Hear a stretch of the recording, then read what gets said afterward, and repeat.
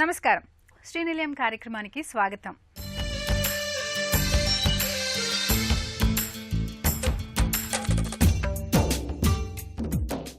ఇంటి నిర్మాణంలో వచ్చిన నూతన పోకడలు, ఇంటి ముస్తాబుకు సంబంధించిన తాజా విశేషాలు, స్థానిక సంస్థలు అందిస్తున్న సదుపాయాలతో మీ ముందుకు వచ్చింది ఈ వారం శ్రీనిలయం.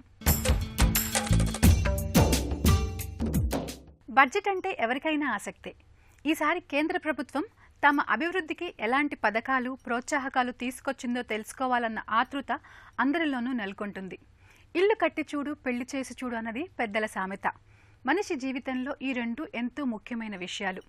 ఎన్ని కష్టాలు పడినా చిన్న గూడు ఉండాలన్నది సగటు మనిషి కల. పరిస్థితులు అనుకూలించి చిన్న ఇల్లు, ఇంటి స్థలం కొనుగోలు చేయాలని ప్రతి ఒక్కరికి ఉంటుంది. ఈసారి కేంద్ర బడ్జెట్లో కొన్ని ప్రత్యేకమైన సదుపాయాల్ని ప్రకటించారు. మరి ఈ నేపథ్యంలో ఇటీవల కేంద్ర ప్రభుత్వం ప్రవేశపెట్టిన బడ్జెట్ 2024-2025 గాను నిర్మాణ రంగ అభివృద్ధికి ఎలాంటి సదుపాయాలను ప్రకటించింది అనే అంశం శ్రీనిలయం స్థిరాస్తిలో.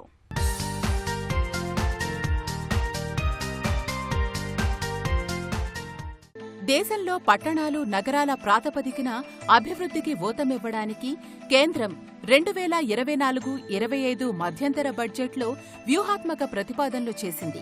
నగరాలను ప్రగతి హబ్లుగా అభివర్ణించి రానున్న 5 ఏళ్లలో వాటి ప్రగతికి రాష్ట్రాలతో కలిసి పనిచేస్తామంది. ఆర్థిక, రవాణా ఆధారిత పట్టణ ప్రణాళికలతో మెట్రో నగరాల శివారు ప్రాంతాలను క్రమపద్ధతిలో అభివృద్ధి చేస్తామంది. పట్టణ పేదలు, మధ్యతరగతి ప్రజల సొంతింటి కల సాకారానికి భారీగా నిధులను కేటాయించింది. దేశంలో 30 లక్షలు అంతకన్నా ఎక్కువ జనాభా ఉన్న 14 పెద్ద నగరాలకు రవాణా ఆధారిత ప్రగతి ప్రణాళికను ప్రతిపాదించిన ప్రభుత్వం మెట్రోల శివారు ప్రాంతాల కోసం సృజనాత్మక పునర్ అభివృద్ధి కోసం ఫ్రేమ్వర్క్ను సిద్ధం చేస్తామంది. పట్టణాలలోని 1 కోటి పేద, మధ్యతరగతి కుటుంబాలు ఇళ్లను నిర్మించుకోవడానికి ప్రధానమంత్రి ఆవాస్ యోజన అర్బన్కు 10 లక్షల కోట్లను కేటాయించింది. ఇందులో వడ్డీ రాయితీ పథకానికి 2.2 లక్షల కోట్ల రూపాయలను ప్రత్యేకించింది. రెంటల్ హౌసింగ్ మార్కెట్లను ప్రోత్సహించడంలో భాగంగా అద్దె ఇళ్ల లభ్యతను పెంచుతామంది. పారిశ్రామిక కార్మికులకు డార్మెటరీ తరహా వసతిలో అద్దె గృహాల కోసం ప్రభుత్వ, ప్రైవేటు భాగస్వామ్యంతో ప్రాజెక్టు చేపడతామంది. కొత్త పన్ను విధానానికి కేంద్ర ఆర్థిక మంత్రి నిర్మలా సీతారామన్ పెద్దపీట వేశారు. దీన్ని మరింత ప్రోత్సహించే దిశగా ప్రతిపాదనలు చేశారు. ప్రస్తుత నిబంధనల ప్రకారం కొత్త పన్ను విధానంలో 7 లక్షల రూపాయల వరకు ఆదాయమున్న వారికి ఎలాంటి పన్ను ఉండదు. దీంతో పాటు ఉద్యోగులకు 50,000 రూపాయల వరకు ప్రామాణిక తగ్గింపు, అంటే 7.5 లక్షల వరకు ఆదాయం ఉన్నవారికి పన్ను భారం ఉండదు. అయితే ఈ విధానంలో ఎలాంటి మినహాయింపులు క్లెయిమ్ చేసుకునేందుకు వీలుండదు. పాత పన్ను విధానంలో గృహ రుణానికి చెల్లిస్తున్న వడ్డీతో పాటు సెక్షన్ 80C, 80D తదితరాల కింద మినహాయింపులు క్లెయిమ్ చేసుకోవాలని భావించేవారు పాత పన్ను విధానాన్ని ఎంచుకుంటున్నారు. ప్రస్తుత బడ్జెట్లో ఈ విధానానికి ఎలాంటి మార్పులు చేయలేదు. అందరికీ అర్థమయ్యేలా ఆదాయపు పన్ను చట్టం 1961ని పూర్తిగా సమీక్షించాలని ప్రభుత్వం నిర్ణయించినట్లు ఆర్థిక మంత్రి వెల్లడించారు. స్థిరాస్తి లావాదేవీల్లో, వ్యవసాయేతర స్థిరాస్తి క్రయ విక్రయ లావాదేవీల్లో వాస్తవ ధర, స్టాంప్ డ్యూటీల్లో ఏది ఎక్కువగా ఉంటే దాన్ని పరిగణలోకి తీసుకుని 1% మూలం వద్ద పన్ను కోత TDS విధించాలి. 50 లక్షల రూపాయలకు మించి విలువ ఉన్నప్పుడు ఇది వర్తిస్తుంది. అక్టోబర్ 1 నుంచి ఈ నిబంధన అమల్లోకి రానుంది. ప్రస్తుత విధానంలో 2 ఏళ్లకు పైగా కొనసాగించిన దీర్ఘకాలిక స్థిరాస్తిని అమ్మినప్పుడు మూలధన లాభాలపై ద్రవ్యోల్బణ సూచీ సర్దుబాటు తర్వాత 20% పన్ను చెల్లించాలి. ప్రస్తుత బడ్జెట్లో దీన్ని సవరించారు. 20% పన్నుని 12.5%కి తగ్గించింది. అయితే ద్రవ్యోల్బణ సూచీ సర్దుబాటును పూర్తిగా రద్దు చేసింది. అంటే దీర్ఘకాలిక మూలధన ఆస్తులను విక్రయించినప్పుడు వచ్చే లాభం మొత్తంపై ఇక 12.5% పన్నుని నేరుగా చెల్లించాలి. పన్ను మదింపు విధానంలో మరింత స్పష్టతకు ఈ మార్పు తీసుకొచ్చినట్లు ఆర్థిక మంత్రి పేర్కొన్నారు. కేంద్ర బడ్జెట్లో గృహ నిర్మాణానికి రంగానికి సంబంధించి పెద్దపీట వేసినట్టుగా కనబడుతుంది. దాదాపుగా 3 కోట్ల ఇళ్ల నిర్మాణం గ్రామీణ పట్టణ ప్రాంతాల్లో కలిపి నిర్మించబోతున్నట్లు కూడా పేర్కొనడం జరిగింది. అంతేకాకుండా 2.2 లక్షల కోట్ల రూపాయల బడ్జెట్ కూడా గృహ నిర్మాణ రంగానికి ప్రధానంగా కేటాయించడం కూడా ఈ బడ్జెట్లో చూసాము. అదేవిధంగా 10 లక్షల కోట్ల రూపాయలను పట్టణ పేదలు మరి మధ్యతరగతికి కూడా ఇల్లు నిర్మించి ఇచ్చే కార్యక్రమానికి కూడా బడ్జెట్లో అలొకేషన్ చేయడం జరిగింది. ఇది ముఖ్యంగా పేద మధ్యతరగతి ప్రజలందరికీ కూడా పెద్ద ఊరటనిచ్చే అంశం. ఎందుకంటే పట్టణాలలో కావచ్చు, గ్రామాల్లో కావచ్చు నివాస యోగ్యాల ఖర్చు భారీగా పెరుగుతున్నటువంటి నేపథ్యంలో కేంద్ర ప్రభుత్వం పెద్ద బూస్ట్గానే చెప్పవచ్చు. కానీ అదేవిధంగా బడ్జెట్లో ముఖ్యంగా చూసుకున్నట్లయితే ఈ యొక్క ఎవరైతే రియల్ ఎస్టేట్లో పెట్టుబడులు పెట్టిన వాళ్ళంటే వాళ్ళ అవసరాలకు పిల్లల భవిష్యత్తు కోసం కావచ్చు, లేదంటే వారి పిల్లల మ్యారేజ్లకు చదువుల కోసం దృష్ట్యా కొనుగోలు చేసినప్పుడు రియల్ ఎస్టేట్లో 10 లక్షలు పెట్టి ఒక ఫ్లాట్ కొన్న తర్వాత దాదాపు అది ఒక 10-15 సంవత్సరాల తర్వాత దాని విలువ కనుక 50 నుంచి 60 లక్షలుగా పెరిగినప్పుడు ఆ పెరిగినటువంటి విలువ అంటే దాదాపుగా 50 లక్షలు పెరిగితే దానిపైన 12.5% ట్యాక్స్ని చేయాలని క్యాపిటల్ గెయిన్ ట్యాక్స్ను ప్రవేశపెడుతున్నట్టుగా బడ్జెట్లో ప్రవేశపెట్టడం మాత్రం కొంత పేద మధ్యతరగతి ప్రజలకు ఒక నిరాశగానే చెప్పవచ్చు. ఎందుకంటే ఇది కూడా మరి ఏ విధంగా అమలు చేస్తారనేది మనం కొంత వేచి చూడాల్సింది. రెట్రోస్పెక్ట్గా చేస్తారా, ప్రాస్పెక్టివ్గా అంటే ఈరోజు కొనుగోలు చేసిన వాళ్ళు మాత్రమే వర్తిస్తుంది అనేది మనం వేచి చూడాల్సినటువంటి అవసరం ఉంది. ఇది కనుక రెట్రోస్పెక్ట్గా కనుక చేస్తే గతంలో ఆల్రెడీ వాళ్ళ అవసరాల కోసం కొనుగోలు చేసినటువంటి వాళ్ళకి ఇది ఒక 12% ఏదైతే పెరిగిందో దరిదాపుగా అది చాలా పెద్ద భారంగానే మనం చూడాలి. ఎందుకంటే గతంలో వాళ్ళు కొనుగోలు చేసినప్పుడు ఈ యొక్క ఆలోచన లేదు, ట్యాక్స్ 12% మనం చేయాల్సినటువంటిది. మనకందరికీ తెలుసు ఇవాళ రిజిస్ట్రేషన్ ఫీజులు కూడా భారీగా పెరిగిపోయి ఒక ఆస్తిని కొనాలన్నా అమ్మాలన్నా కూడా రిజిస్ట్రేషన్ ఛార్జీల రూపంలో భారీ ఎత్తున ఈ యొక్క వినియోగదారులకు భారం ఒకవైపు అయితే ఆ గుదిబండకు తోడు ఈరోజు ఈ క్యాపిటల్ గెయిన్ ట్యాక్స్ అనేది కూడా ఈ రియల్ ఎస్టేట్ మార్కెట్ కొంత ఇబ్బంది కలిగించే విధంగానే ఉంటుంది. అదేవిధంగా బడ్జెట్లో కూడా ఈ యొక్క పేదవాళ్ళ కింద ముందుకు గతంలో ఈ ట్యాక్స్ బెనిఫిట్స్ కావచ్చు, చిన్న తరగతుల కోసం 40 లక్షల బడ్జెట్ వరకు ఇచ్చేది, దాన్ని 60 లక్షల నుంచి దాదాపు 70 లక్షలకు పెంచాలనే డిమాండ్ ఉంటే ఆ విషయం పైన కూడా కొంత స్పష్టత లేకపోవడంతో రాబోయే రోజుల్లో గృహ నిర్మాణం విషయంలో కూడా కొంత ఇబ్బందికరమైనటువంటి ఈ క్యాపిటల్ గెయిన్ ట్యాక్స్ వల్ల రియల్ ఎస్టేట్ మార్కెట్ పైన కొంత ప్రతికూల ప్రభావం పడే అవకాశం ఉంది. విశ్వనగరంగా హైదరాబాద్ను తీర్చిదిద్దేందుకు ప్రభుత్వం కట్టుబడి ఉందని తెలంగాణ ఆర్థిక శాఖ మంత్రి అన్నారు. 2024-25 సంవత్సరానికి సంబంధించిన తెలంగాణ రాష్ట్ర బడ్జెట్ను ఇటీవల ఆయన అసెంబ్లీలో ప్రవేశపెట్టారు. హైదరాబాద్ నగర అభివృద్ధికి భారీగా 10,000 కోట్ల రూపాయలు కేటాయించారు. హైదరాబాద్లో ఉద్యోగ ఉపాధి పొందుతున్న వారికి కార్యాలయాలకు దగ్గరగా శాటిలైట్ టౌన్షిప్ల నిర్మాణాన్ని నగరం చుట్టూ ప్రోత్సహిస్తామన్నారు. ఈ టౌన్షిప్లలో సరసమైన ధరల్లో పేద మధ్యతరగతి వారికి అనుకూలమైన నివాస గృహాల నిర్మాణాలను అందించేలా కృషి చేస్తామన్నారు. మరి ఈ నేపథ్యంలో ఇటీవల తెలంగాణ ప్రభుత్వం ప్రవేశపెట్టిన బడ్జెట్ 2024-25 నిర్మాణ రంగ అభివృద్ధికి ఎలాంటి సదుపాయాలను ప్రకటించింది అనే అంశం శ్రీనిలయం స్థిరాస్తిలో. విశ్వనగరంగా హైదరాబాద్ను తీర్చిదిద్దేందుకు కాంగ్రెస్ ప్రభుత్వం కట్టుబడి ఉందని తెలంగాణ ఆర్థిక శాఖ మంత్రి అన్నారు. 2024-25 సంవత్సరానికి సంబంధించిన రాష్ట్ర బడ్జెట్ను ఇటీవల అసెంబ్లీలో ప్రవేశపెట్టారు. శరవేగంగా అభివృద్ధి చెందుతున్న చారిత్రాత్మక నగరం హైదరాబాద్ను మరింత ప్రణాళికాబద్ధంగా తీర్చిదిద్దేందుకు కట్టుబడి ఉన్నామని అన్నారు. హైదరాబాద్లో ఉద్యోగ ఉపాధి పొందుతున్న వారికి కార్యాలయాలకు దగ్గరగా శాటిలైట్ టౌన్షిప్ల నిర్మాణాన్ని నగరం చుట్టూ టౌన్షిప్లలో సరసమైన ధరల్లో పేద మధ్యతరగతి వారికి అనుకూలమైన నివాస గృహాల నిర్మాణాలను ప్రస్తుతం 3 ట్రాఫిక్ కారిడార్లలో మెట్రో సౌకర్యం ఉంది. వివిధ వర్గాల అవసరాలను తీర్చడంతో పాటు నగరంలో అన్ని ప్రాంతాలు సమానంగా అభివృద్ధి చెందాలన్న లక్ష్యంతో ప్రభుత్వం 78.4 కిలోమీటర్ల పొడవున్న 5 అదనపు కారిడార్లను 24,042 కోట్ల రూపాయలతో అభివృద్ధి పరుస్తుంది. ఇందులో భాగంగా మెట్రో రైలును పాత నగరానికి పొడిగించి దానిని శంషాబాద్ విమానాశ్రయానికి అనుసంధానం చేస్తామని అన్నారు. ప్రస్తుతమున్న కారిడార్లను నాగోలు నుంచి ఎల్బీ నగర్ వరకు విస్తరిస్తాం. మియాపూర్ నుంచి పటాన్ చెరువుకు, ఎల్బీ నగర్ నుంచి హయత్ నగర్ వరకు మెట్రో రైలు సౌకర్యాన్ని పొడిగించాలని కూడా ప్రణాళిక సిద్ధం చేశామని అన్నారు. హైదరాబాద్ ఔటర్ రింగ్ రోడ్డు వరకు గల ప్రాంతాలను కోర్ అర్బన్ రీజియన్గా గుర్తించి వాటి అభివృద్ధికి ప్రత్యేకంగా ప్రణాళికలు రూపొందిస్తామని, ఔటర్ రింగ్ రోడ్డును నగర సరిహద్దుగా పరిగణిస్తామని అన్నారు. ఓఆర్ఆర్ పరిధిలో విపత్తుల నిర్వహణకు ఒక ఏకీకృత సంస్థ ఏర్పాటు, జీహెచ్ఎంసీ సహా హైదరాబాద్, రంగారెడ్డి, మేడ్చల్, మల్కాజ్గిరి, సంగారెడ్డి జిల్లాలు దీని పరిధిలోకొస్తాయి.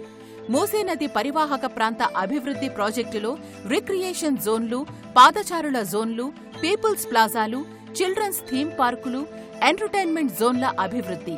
లండన్ నగరంలో ఉన్న థేమ్స్ నది పరివాహక అభివృద్ధి తరహాలో మూవీ అభివృద్ధి, హైదరాబాద్ నగరాభివృద్ధి, మూసీ రివర్ ఫ్రంట్ ప్రాజెక్టు 1500 కోట్ల రూపాయల ప్రతిపాదన హైదరాబాద్ నగర ప్రాధాన్యం దృష్ట్యా నగరాభివృద్ధికి జీహెచ్ఎంసీ, హెచ్ఎండిఏ సేవలను ప్రజలకు మరింత మెరుగ్గా అందించేందుకు జీహెచ్ఎంసీ పరిధిలో మౌలిక వసతుల కల్పనకు 3065 కోట్ల రూపాయలు ప్రకటించారు.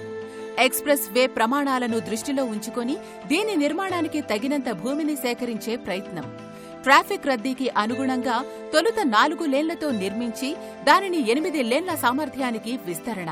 ప్రాథమిక అంచనాల ప్రకారం ఆర్ఆర్ఆర్ ఉత్తర ప్రాంత అభివృద్ధికి 13,522 కోట్ల రూపాయలు, దక్షిణ ప్రాంత అభివృద్ధికి 12,980 కోట్ల రూపాయలు ఖర్చు. దీనికోసం బడ్జెట్లో ప్రస్తుతం 1,525 కోట్ల రూపాయలు ప్రతిపాదించారు.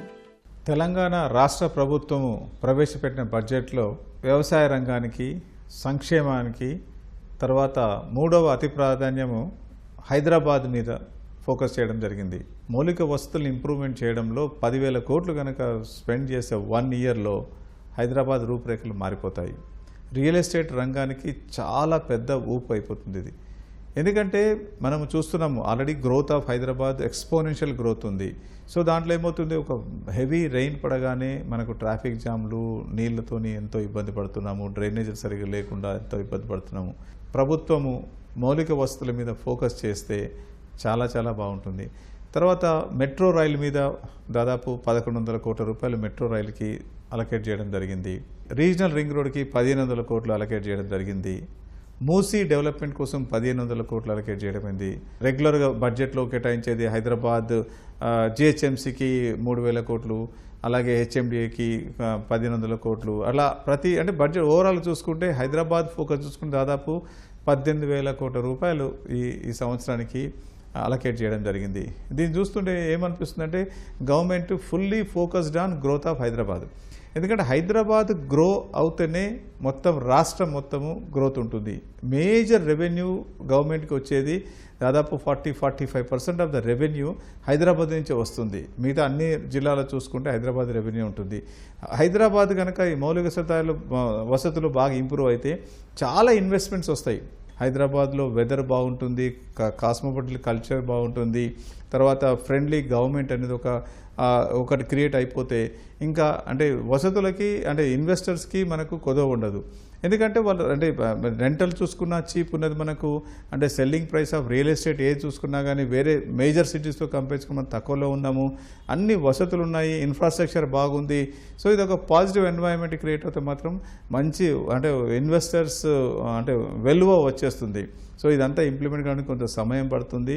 సో హానరబుల్ సీఎం గారి కళ ఏదంటే మూసీ మీద అంటే ప్రక్షాళన చేసేసి దాని ఒక పర్యాటక కేంద్రంగా తీర్చిదిద్దాలనుకుంటున్నారు. అలాగే రీజనల్ రింగ్ రోడ్డు కూడా ఒకసారి అది రియలిస్టిక్ అయిపోయింది అనుకోండి, చాలా గ్రోత్ అయిపోతుంది. ఎందుకంటే ఎక్కడికైనా మనము ఇప్పుడు సిటీలో ఒక 10 కిలోమీటర్స్ 50 కిలోమీటర్స్ పోవాలంటే కూడా గంటన్నర సమయం పడుతుంది బికాస్ ఆఫ్ ట్రాఫిక్. అదే మనకు 40 కిలోమీటర్లు 50 కిలోమీటర్ 60 కిలోమీటర్ పోవాలంటే కూడా మనం అరగంట నుంచి గంట లోపల మనం ప్రతి చోటుకి రీచ్ కాగలుగుతున్నాము. సో ఆ మౌలిక వసతులు అన్ని క్రియేట్ అయిపోతే మాత్రం చాలా బ్రహ్మాండంగా ఉంటుంది. వర్షాకాలం వచ్చిందంటే చాలు దోమలు, క్రిమికీటకాలు ఇంట్లోకి ప్రవేశించి తమ ప్రతాపాన్ని చూపిస్తాయి. చిన్న ప్రాణులే అయినా వర్షాకాలంలో అమ్మో దోమల అనేంతగా అందరినీ భయపెట్టేస్తుంటాయి. ఎడతెరిపి లేకుండా వర్షాలు పడటంతో ఎక్కడికక్కడ నీరు చేరిపోతోంది. దీనివల్ల దోమలు, క్రిమికీటకాలు విజృంభించడానికి ఎక్కువగా అవకాశం ఉంటుంది. దోమలు చూడటానికి చిన్నగా ఉన్నా వాటి వల్ల కలిగే అనారోగ్య సమస్యలు మాత్రం అనేకం. కేవలం ఈ దోమల నుండి రక్షించుకోవడానికి చాలా ఇబ్బందులు పడుతుంటారు. మరి ఈ నేపథ్యంలో ఇంట్లోకి దోమలు ప్రవేశించకుండా అడ్డుకట్ట వేసే ఆధునిక దోమతెరలకు సంబంధించిన విశేషాలు శ్రీనిలయంలో. వర్షాకాలం వచ్చిందంటే చాలు దోమలు క్రిమికీటకాలు ఇంట్లోకి ప్రవేశించి తమ ప్రతాపాన్ని చూపిస్తాయి. ఇంటి పరిసరాల గురించి కూడా తగు జాగ్రత్తలు తీసుకోవాలి. ముఖ్యంగా ఈ వర్షాకాలంలో ఎడతెరిపి లేకుండా వర్షాలు పడటంతో తేమకు ఇంట్లో కొన్ని వస్తువులు తేమగా ఉంటాయి. అందుకే ఎండపడిన వెంటనే ఇంటి తలుపులు కిటికీలు పూర్తిగా తెరిచి ఉంచడం వల్ల ఇంట్లోకి దోమలు ప్రవేశించవు. సాయంత్రం అయిందంటే చాలు మనపై దోమల దండయాత్ర మొదలవుతుంది. చిన్న పెద్ద తేడా లేకుండా వీటి దాడికి అందరూ గురికావాల్సిందే. వాటితో పాటే వివిధ రకాల ప్రమాదకరమైన వ్యాధులను మోసుకొస్తాయి ఈ సూక్ష్మ శత్రువులు. వీటిని నివారించేందుకు ఇంట్లో మనం చేసే ప్రయత్నాలు అన్నీ ఇన్నీ కావు. అందుకే సహజ సిద్ధంగా దోమలను తరిమి కొట్టేందుకు ఇంటి సింహద్వారానికి కిటికీలకు దోమతెరలు ఏర్పాటు చేసుకుంటే ఇంట్లోకి దోమలు క్రిమికీటకాలు రాకుండా అడ్డుకట్ట వేయొచ్చు. ప్రస్తుతం మార్కెట్లో దోమలు రాకుండా ఇంటి కిటికీలకు సింహద్వారానికి ఏర్పాటు చేసుకునే ఆధునిక దోమతెరలు అందుబాటులోకొచ్చాయి. ఇంటి నిర్మాణం మొదలు కాగానే ఇంటిని అందంగా ముస్తాబు చేసుకోవడంతో పాటు ఈ దోమతెరలు ఏర్పాటు చేసుకుంటే దోమకాటుకి గురికాకుండా ఉంటాం. ఇంటికి అందంతో పాటు భద్రతనిస్తాయి. ఇందులో ఫిక్స్డ్ ఫ్రేమ్స్ దోమతెరలు. ఇవి విండో ఫ్రేమ్కి ఏర్పాటు చేసుకోవచ్చు. ఇవి అల్యూమినియం లేదా పీవీసీ వంటి మన్నికైన పదార్థాలతో తయారు చేస్తారు మరియు కీటకాలు ప్రవేశించకుండా నిరోధించే చక్కటి మెష్ కలిగి ఉంటాయి. రోలప్ దోమతెరలు ముడుచుకునే స్క్రీన్లు. వీటిని అవసరమైనప్పుడు సులభంగా పైకి లేదా కిందకి చుట్టవచ్చు. అవి సాధారణంగా కిటికీలకు ఏర్పాటు చేస్తారు. ఉపయోగంలో లేనప్పుడు పైకి మడుచుకోవచ్చు. రోలప్ సెట్ల మాదిరిగానే స్లైడింగ్ దోమతెరలు కూడా ముడుచుకునే ఉంటాయి, కానీ అడ్డంగా పనిచేస్తాయి. అవి విండో ఫ్రేమ్లో ఇన్స్టాల్ చేయబడిన ట్రాక్ల వెంట తెరిచి లేదా మూసివేయబడతాయి. కిటికీల అంచుల వెంట మ్యాగ్నెటిక్ స్ట్రిప్స్తో రూపొందించబడ్డాయి. వీటిని విండో యొక్క మెటల్ ఫ్రేమ్కి సులభంగా అటాచ్ చేయడానికి వీలు కల్పిస్తుంది. ఇవి అతి తేలికైన వలలు. వీటిని అతికించే స్ట్రిప్స్ లేదా హుక్స్ ఉపయోగించి విండో ఫ్రేమ్కి సులభంగా అతికించవచ్చు. అంటుకునే మెష్ నెట్లను ఇన్స్టాల్ చేయడం మరియు తీసివేయడం చాలా సులభం. ప్లీటెడ్ మెష్ లుప్లిటెడ్ నెట్లు పాలిస్టర్ ఫ్యాబ్రిక్తో తయారు చేయబడతాయి. ఇవి కిటికీలకు ఏర్పాటు చేసుకోవచ్చు. అవసరమైనప్పుడు కిటికీలకు అంతటా లాగబడతాయి. ఇది ప్లీటెడ్ మెష్ అంటారు దీన్ని. ఇది వుడెన్ పైన కానీ యూపీవీసీ పైన కానీ అల్యూమినియం విండోస్ పైన కానీ మనకు ఆపరేట్ చేయడం చాలా ఈజీగా ఉంటుంది. పిల్లలైనా పెద్దలైనా ఎవరైనా ఏజ్డ్ పర్సన్స్ అయినా వాళ్ళు చాలా ఈజీగా ఆపరేట్ చేయవచ్చు. మనం ఇలా ఈ విధంగా మూవ్మెంట్ చేస్తే ఓపెన్ అయిపోతుంది. మన విండోస్ డోర్స్ కానీ ఇవన్నీ ఓపెన్ చేసుకొని మళ్ళీ మనము ఈ విధంగా క్లోజ్ చేసుకోవచ్చు అనమాట. ఈ ప్లీటెడ్ మెష్లో ఇది ఫైబర్ మెష్ వస్తుంది అనమాట. ఇది రోప్స్ మీద బ్యాలెన్స్ అవుతుంది అనమాట. ఒకవేళ ఈ మెష్ కానీ చినగడం కానీ రోప్ డ్యామేజ్ అవుతాయి, కానీ ఫ్రేమ్ ఇట్లనే ఉంటుంది, మధ్యలోకి తీసుకెళ్ళిపోతాం. మళ్ళీ మెష్ మార్చడం కానీ రోప్ రిపేర్ కానీ చేసుకొచ్చి మళ్ళీ బిగించి మనం ఆపరేట్ చేసుకోవచ్చు. చాలా ఈజీ ఆపరేట్ ఉంటుంది ఇది. పిల్లలు కానీ పెద్దలు కానీ ఎవరైనా ఈజీగా ఆపరేట్ చేయవచ్చు. ఈ మధ్య బాగా అప్డేట్లో ఇదే బాగా ట్రెండ్ అనమాట. ఇది ఫైబర్ మెష్, సేమ్ రోప్ మీదనే ఆపరేట్ అవుతుంది. విండోస్కి వస్తుంది, డోర్స్కి వస్తుంది, వుడెన్ డోర్స్కి వస్తుంది. ఇట్లా ఓపెన్ ఏరియా డోర్స్ వస్తాయి. అప్ టు 18 feet 4 feet నుండి హైట్ వచ్చేసి 10 feet లాస్ట్. దాని తర్వాత పైన అంటే మళ్ళీ ఫిక్స్డ్ తీసుకోవాల్సి వస్తుంది. ఫైబర్ మెష్ ఇది రోప్ మీదే ఆపరేట్ అవుతుంది. పెద్ద పెద్ద ఓపెన్ ఏరియాస్ కానీ బాల్కనీస్ కానీ సిట్అవుట్ ఏరియా, ఈ ఏరియాస్లో మనం ఇది బిగించుకోవచ్చు. రిలాక్స్గా కూర్చోవచ్చు. అక్కడ మనకు ఎటువంటి కీటకాలు కానీ పురుగులు కానీ దోమలు కానీ ఎలాంటి ప్రవేశించడానికి వీలు పడదు ఇందుకెళ్ళి. ఇది మెయిన్ డోర్ అండి. ఈ మెయిన్ డోర్కి కూడా మనము మస్కిటో మెష్ ఈ విధంగా బిగించుకోవాలి. ముఖ్యంగా ఈ గ్రిల్ ఎందుకు పెట్టడం అంటే ఇంట్లో పెట్స్ కానీ పిల్లలు కానీ చిన్న చిన్న పిల్లలు కానీ వాళ్ళు ఏం చేస్తారంటే ఈ విధంగా కొట్టడం కానీ డాగ్స్ ఈ విధంగా బైట్ చేయడం వల్ల కానీ ఎటువంటి మెష్కు డ్యామేజ్ జరగదు. దానివల్ల మనం ఈ గ్రిల్ బిగిస్తాము. ఈ విధంగా ఇది డబుల్ డోర్. ఈ డబుల్ డోర్ ఏ విధంగా ఫిట్ చేస్తామంటే ఈ విధంగా ఓపెన్ అవుతుంది. దోమకాలం కాబట్టి డెంగ్యూ వచ్చే సూచనలు ఉన్నాయి కాబట్టి మధ్యతరగతి వాళ్ళు కూడా ఈ మెష్కి ఆకర్షితులు అవుతున్నారు. ఇప్పుడు మనకు ప్లీటెడ్ అని చెప్పేసి న్యూ మోడల్ వచ్చింది. అది సుమారుగా 4 అడుగుల నుండి 18 అడుగుల వరకు అపార్ట్మెంట్లో బ్యాక్ బాల్కనీలో కూడా ఇన్స్టాలేషన్ చేసుకునే విధానంగా వచ్చింది అన్నట్టు. చాలామంది దానివైపే మొగ్గు చూపుతున్నారు. బాల్కనీలు పెట్టామనుకోండి, ఇంకా ఫ్రంట్ డోర్ ఒకటి పెట్టుకుంటే సుమారుగా ఇల్లు ప్యాకప్ అయ్యే సూచనలు ఉంటాయి.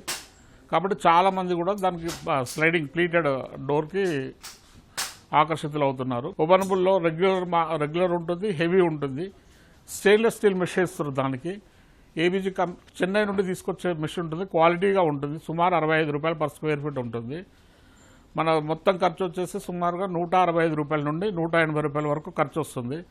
ఒక డోర్కి సుమారుగా 3,500 నుండి 4,000 వరకు ఖర్చు వస్తుంది మనకి. కాకపోతే 10 సంవత్సరాల వరకు ఖచ్చితంగా పనిచేస్తుంది. ఈ స్లైడింగ్ అనేది కూడా అదే ప్లీటెడ్ మెష్ అంటారు దాన్ని. అది సుమారుగా 3 అడుగుల నుండి మొదలు పెడితే 7 అడుగుల వరకు, 18 అడుగుల అడ్డం నుండి 10 అడుగుల వరకు కూడా ఉంటుంది. చాలా మంది కూడా దాని వైపు ఆకర్షితులు అవుతున్నారు. ఇప్పుడు మన మెయిన్ డోర్కి ఉందనుకోండి, మనకు ఒకవేళ స్థలం లేకపోతే కనుక స్లైడింగ్ డోర్, ప్లీటెడ్ డోర్ అంటారు దాన్ని. అది 3 అడుగుల నుండి సుమారు 7 అడుగుల వరకు పెట్టుకోవచ్చు. 230 రూపాయల వరకు పర్ స్క్వేర్ ఫీట్ ఫ్యాబ్రికేషన్లోనే ఛార్జ్ అవుతుంది. ఇప్పుడు మనకు ప్లీటెడ్ డోర్ కావాలనుకుంటే కనుక స్థలం లేకపోయినా సరిపోతుంది. మనకు 1 అడుగు స్థలం ఉన్నా కానీ మనం ఒక 2-3 ఇంచుల్లో ఇన్స్టాలేషన్ చేయగలుగుతాం. దానివల్ల ఏంటంటే స్పేస్ కూడా చాలా కలిసి వస్తుంది మనకు. అదే ఓపెనబుల్ డోర్ అనుకోండి, సుమారుగా 5 అడుగుల స్థలం ఉండాలి ఇంటి ముందర. ఓపెనబుల్ డోర్ అయితే 165 రూపాయలు ఉంటుంది. దానికి ఒక 5 అడుగుల స్థలం కేటాయించాల్సి వస్తుంది. అంత స్థలం కేటాయించలేకపోతున్నాం కాబట్టి ఈరోజు మనము ఈ స్లైడింగ్ డోర్ వైపు జనాలు ఆకర్షితులు అవుతున్నారు. కాకపోతే కొద్దిగా కాస్ట్ ఎక్కువ ఉంటుంది, 250 రూపాయల వరకు. గృహ కొనుగోలుదారుల సౌకర్యార్థం కోసం క్రెడాయ్ ఆధ్వర్యంలో హైదరాబాద్లో ఒకేసారి 3 ప్రాపర్టీ షోలు ప్రకటించింది. ఈ ప్రాపర్టీ షోలో హైదరాబాద్కు అన్ని వైపులా ఉన్న అవకాశాలను గృహ కొనుగోలుదారులకు తెలియజేసేందుకు క్రెడైబిలిటీ అనే పేరుతో ఈ ప్రాపర్టీ షోలను నిర్వహిస్తున్నారు. మరి ఈ క్రెడాయ్ ప్రాపర్టీ షో విశేషాలు శ్రీనిలయం స్థిరాస్తిలో. రియల్ ఎస్టేట్ డెవలపర్ల సంఘం క్రెడాయ్ హైదరాబాద్ ఒకేసారి 3 ప్రాపర్టీ షోలను ప్రకటించింది. వచ్చే నెలలో హైటెక్స్, కొంపల్లి, నాగోల్లో ప్రాపర్టీ షోలు ఏర్పాటు చేస్తున్నట్లు తెలిపింది. క్రెడాయ్ హైదరాబాద్ అధ్యక్షుడు వి రాజశేఖర రెడ్డి, అధ్యక్షుడు ఎలెక్ట్ ఎన్ జైదీప్ రెడ్డి, ప్రధాన కార్యదర్శి బి జగన్నాథరావు వివరాలు వెల్లడించారు. ఆగస్టు 2-4 మధ్య హైటెక్స్ ఎగ్జిబిషన్ హాల్ 4లో, ఆగస్టు 9-11 మధ్య కొంపల్లిలోని శ్రీ కన్వెన్షన్లో, ఆగస్టు 23-25 తేదీల్లో నాగోల్ మెట్రో స్టేషన్లో ప్రాపర్టీ షోలు నిర్వహిస్తామన్నారు. నగరంలోని అన్ని వైపులా ఉన్న అవకాశాలను గృహ కొనుగోలుదారులకు తెలియజేసేందుకు క్రెడైబిలిటీ పేరుతో 3 వేర్వేరు చోట్ల ప్రాపర్టీ షోలను నిర్వహిస్తున్నట్లు తెలిపారు. 35 లక్షల్లో లభించే సరసమైన ధరల ప్లాట్లు మొదలు విలాసవంతమైన ఫ్లాట్లు, ఐజీబీసీ ధృవీకరణ పొందిన ప్రాజెక్టులో నివాసాలను ప్రదర్శించనున్నట్లు తెలిపారు. సామాజిక మాధ్యమాల్లో హైదరాబాద్ రియల్ ఎస్టేట్ మార్కెట్ పడిపోయిందనే తప్పుడు ప్రచారం జరుగుతున్న నేపథ్యంలో వాస్తవ పరిస్థితి చూపించేందుకు 1 కాదు ఏకంగా 3 ప్రాపర్టీ షోలను వేర్వేరు ప్రాంతాల్లో నిర్వహిస్తున్నట్లు వెల్లడించారు. హైటెక్స్ లో జరగనున్న మొదటి ప్రాపర్టీ షో ప్రారంభోత్సవానికి సీఎం రేవంత్ రెడ్డిని, కొంపల్లో జరిగే రెండో దానికి ఐటీ పరిశ్రమల శాఖ మంత్రి శ్రీధర్ బాబుని, ఇలా ఒక్కో కార్యక్రమానికి ప్రభుత్వ పెద్దల్లో ఒకరిని ఆహ్వానిస్తున్నట్లు క్రెడాయ్ హైదరాబాద్ అధ్యక్షుడు వి రాజశేఖర రెడ్డి తెలిపారు. సిటీ అభివృద్ధిపై ప్రభుత్వానికి పలు ఆలోచనలు ఉన్నాయని, అవి ప్రజల్లోకి తీసుకెళ్లేందుకు తమ వేదికను ఉపయోగించుకోవచ్చని వెల్లడించారు. ప్రాపర్టీ షోకి వచ్చి తమకు నచ్చిన ప్రాజెక్టులో ఇంటిని ఎంపిక చేసుకోవచ్చని క్రెడాయ్ హైదరాబాద్ అధ్యక్షుడు ఎలెక్ట్ ఎన్ జైదీప్ రెడ్డి అన్నారు.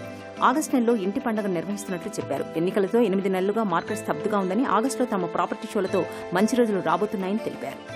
హైదరాబాద్కున్న potential it's competing with the world cities అన్నమాట. అందుకోసం ఈ ఒక్క రోజు లోపల తలకిందులయ్యేది ఉండదు.